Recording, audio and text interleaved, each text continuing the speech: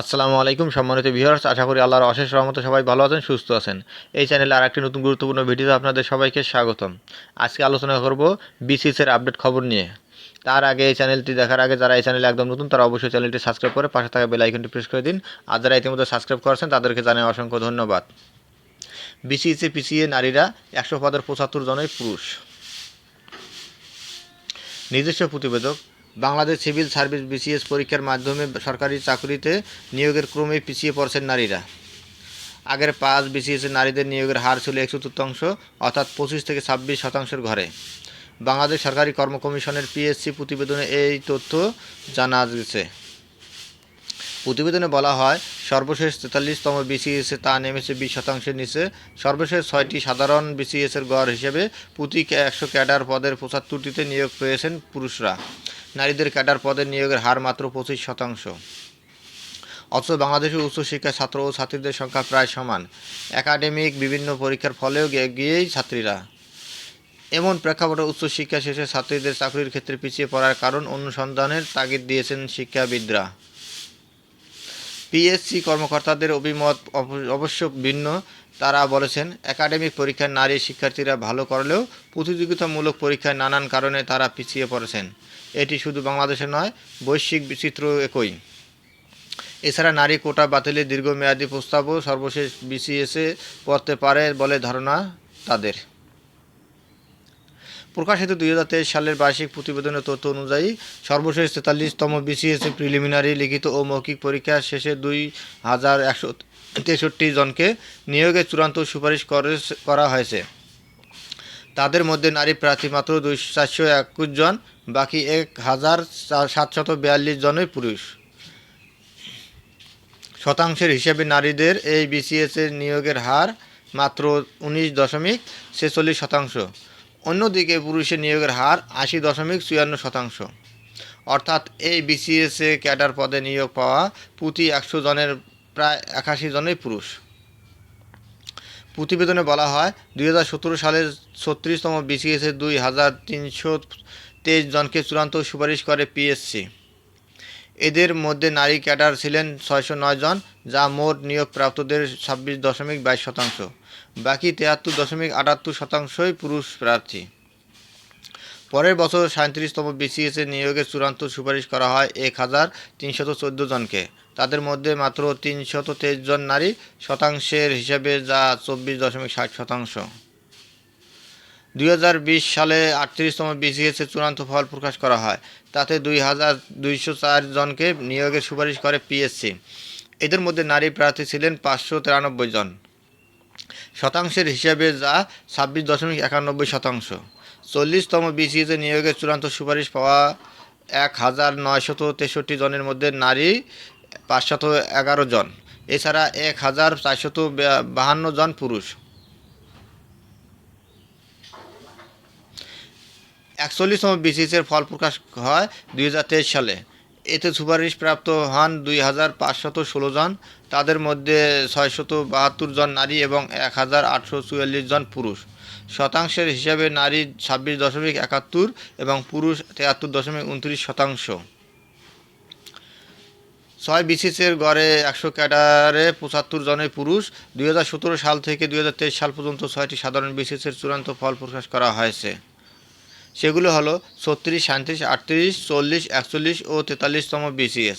এতে মোট নিয়োগ পেয়েছেন 12,483 জন, যার মধ্যে নারী 3,129 জন, বাকি 9,354 জনই পুরুষ।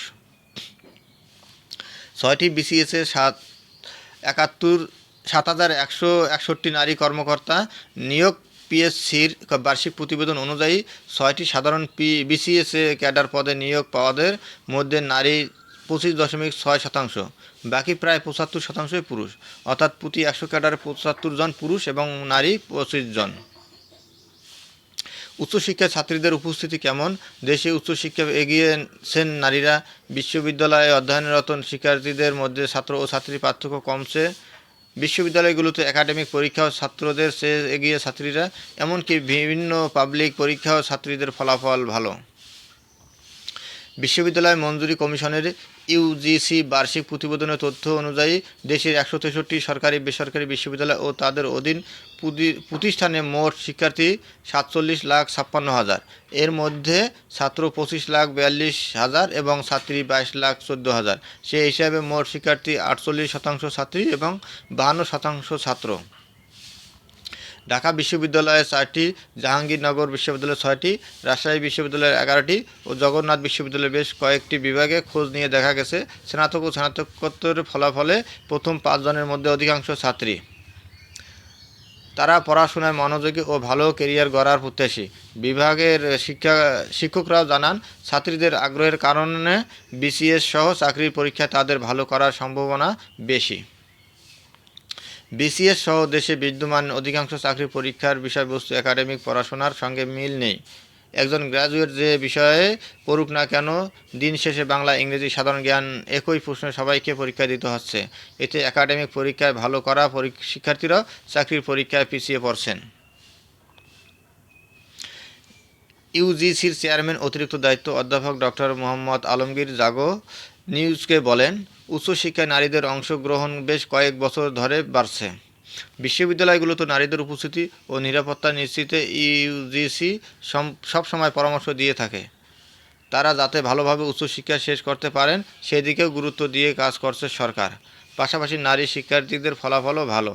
আমরা যে ইউজিসি ও প্রধানমন্ত্রী স্বর্ণপদক দেই সেটাতেও নারীরাই এগিয়ে। বিসিএসে নারীরা পিছিয়ে কেন? সরকার নারীর ক্ষমতায়নে জোর দিচ্ছে। পররাষ্ট্র প্রশাসন, পুলিশ সহ বিভিন্ন ক্যাডারে নিয়োগ পাচ্ছেন নারীরা।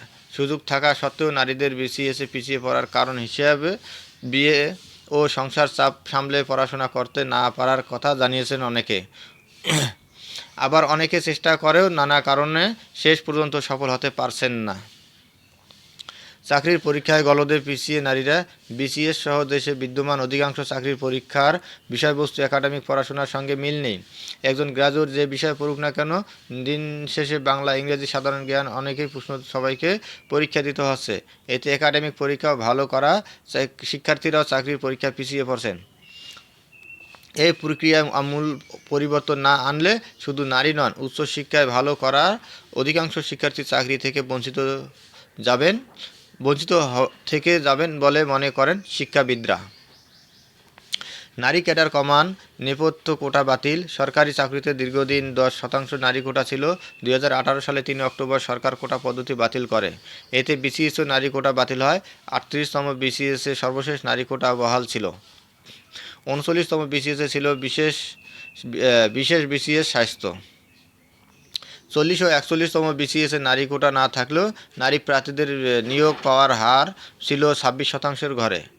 তখন বলা হয়েছিল কোটা বাতিল হলেও নারী ক্যাডার কমেনি। 42তম বিসিএস ছিল বিশেষ।